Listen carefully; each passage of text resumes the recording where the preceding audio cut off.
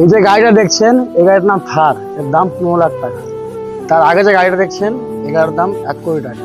তার আগে যে গাড়িটা দেখছেন, এই গাড়ির দাম 2 কোটি টাকা।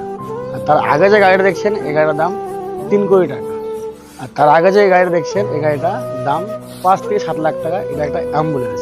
আর এই অ্যাম্বুলেন্সে যে আছে, সে হলো এই সমস্ত গাড়ির মালিক। তো তার জীবনের শেষ যাত্রায় তাকে নিয়ে যাবে, তার দামি দামি গাড়িতে নিয়ে গেল না, 5 থেকে 7 লাখ টাকা গাড়ির দামে সে গাড়িটা ভাড়াতেও নিয়ে যাচ্ছে। তাহলে এটাই বোঝা গেল, জীবনে পয়সা উপার্জন করুন, না করলে নিজের সন্তান ছেলের জন্য উপার্জন করুন, কিন্তু তার 14 পুরুষের জন্য উপার্জন করার কোনো দরকার নেই। জীবনটা অমূল্য, জীবনের কিছু মুহূর্ত অনুভব করুন। জীবন পয়সা পয়সা করে হা হা করে ধরে বেড়াচ্ছ, অত পয়সা উপার্জন করার দরকার নেই। তোমার যা দরকার তোমার স্ত্রী ছেলের, ততটুকুই উপার্জন করুন। তা 14 পুরুষের জন্য উপার্জন করার কোনো দরকার নেই। এটার প্রমাণ।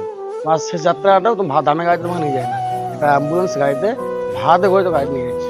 ভালো থাকবেন।